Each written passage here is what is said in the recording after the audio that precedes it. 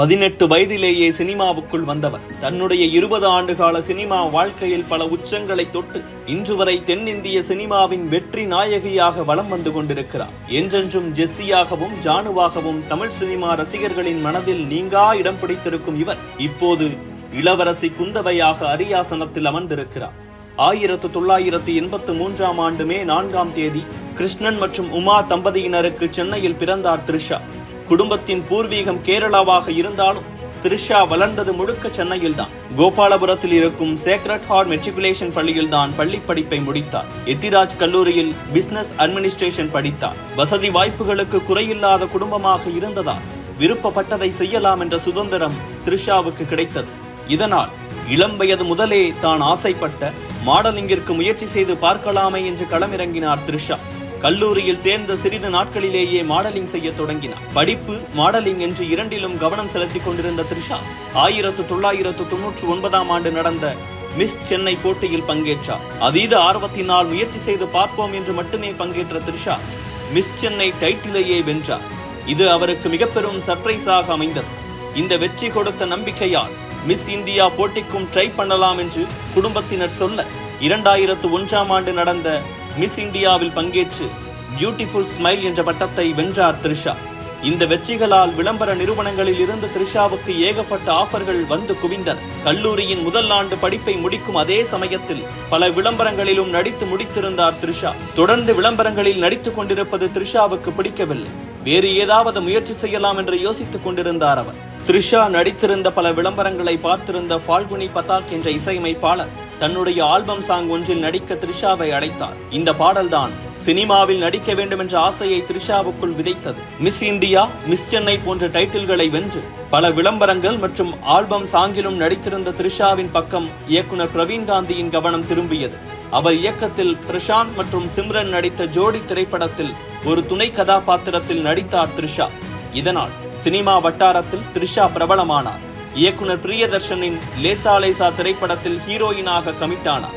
இந்த படத்தின் படப்பிடிப்பின் போதே எனக்கு 20 உனக்கு 18 திரைப்படத்திலும் முக்கிய கதாபாத்திரத்தில் கமிட் ஆனார் த்ரிஷா. 2 படங்களின் ரிலீஸும் தள்ளி போனது. இதற்கிடையே இயக்குனர் அமீர் இயக்கத்தில் சூர்யாவுடன் நடித்திருந்த மௌனம் பேசியதை திரைப்படம் 2003 ஆண்டு வெளியானது. இந்த திரைப்படம் தான் த்ரிஷாவின் சினிமா என்ட்ரியாக அமைந்தது. எளிமையான யதார்த்தமான பெண்ணாக எழுதப்பட்டிருந்த சந்தியா கதாபாத்திரத்தில் தன்னுடைய இயல்பான நடிப்பால் கேரக்டராகவே மாறியிருந்தார் த்ரிஷா. அவருடைய நடிப்பில் ஈர்க்கப்பட்டு நடிகர் விக்ரமை வைத்து தான் இயக்கும் திரைப்படத்தில் நடிக்க அழைத்தார் ஹரி.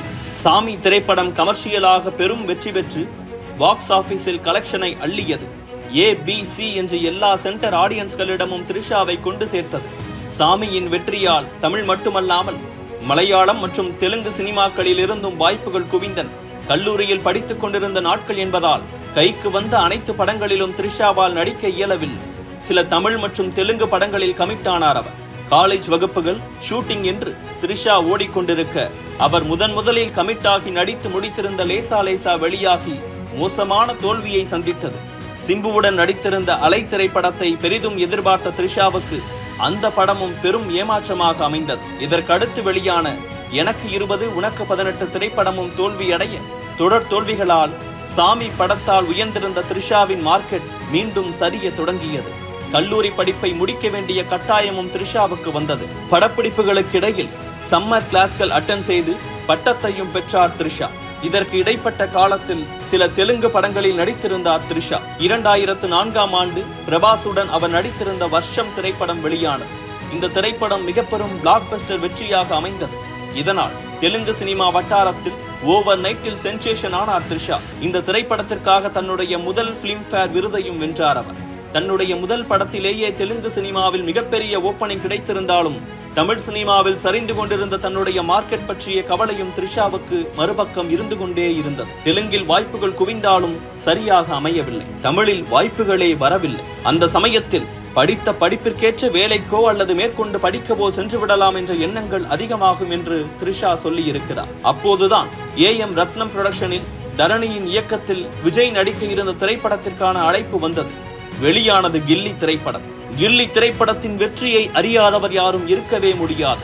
விஜய் ஆடிய கபடி ஆட்டத்திற்கென்றே ரசிகர் பட்டாளம் இருப்பது போல தனலட்சுமியாக குறும்பையும் காதலையும் வெளிப்படுத்திய த்ரிஷாவுக்கும் இன்று வரை மிகப்பெரிய ஆடியன்ஸ் கூட்டம் இருக்கிறது. தமிழ், தெலுங்கு, மலையாளம் இன்று எல்லா மொழிகளிலும் த்ரிஷாவுக்கு மார்க்கெட் உருவானது.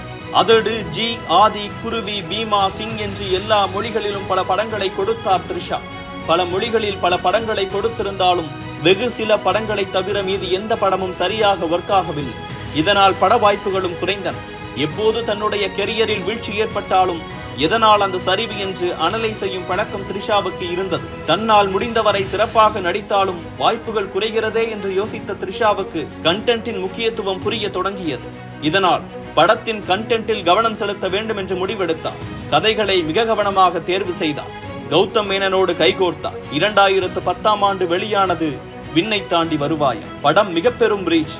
மனதை உருக்கிய ஏஆரின் இசையில் தேவதையாக மிளிர்ந்தார் த்ரிஷா. ஜெஸ்ஸி என்ற கதாபாத்திரத்துக்கு தன்னுடைய சிறப்பான நடிப்பால் உயிர் கொடுத்திருப்பார். படம் வெளியாகி 13 ஆண்டுகள் ஆகியும் இன்று வரை தொடர்ந்து ஒலித்துக் கொண்டே இருக்கிறது ஜெஸ்ஸியின் குரல். படத்திற்காக பல விருதுகளையும் பலரின் பாராட்டுகளையும் வென்றார் த்ரிஷா. திரைக்கதையில் தன்னுடைய கதாபாத்திரத்திற்கான முக்கியத்துவம் இருக்கக்கூடிய மங்காத்தா, என்றென்றும் புன்னகை, என்னை அறிந்தால், தூங்காவனம், கொடி போன்ற பல படங்களில் நடித்தார் த்ரிஷா. த்ரிஷாவுக்கான சினிமா மார்க்கெட்டும் உருவானது. ரசிகர் பட்டாளமும் பெரிதானது. கண்டென்ட் ரீதியாக தான் தேர்வு செய்த கதைகளின் வெற்றியால் குறைந்த அளவிலான படங்களில் நடித்திருந்தாலும் நல்ல படங்களாக மட்டுமே நடிக்க வேண்டும் என்று உறுதியாக முடிவெடுத்தார் த்ரிஷா. இதனால் 2018ஆம் ஆண்டில் இருந்து இன்று வரை மிக குறைந்த படங்களிலேயே நடித்திருக்கிறார். அதில் 2018ஆம் ஆண்டு பிரேம்குமார் இயக்கத்தில் விஜய் சேதுபதியோடு இணைந்த த்ரிஷாவின் 96 திரைப்படம் முக்கியமான திரைப்படமாக அமைந்தது.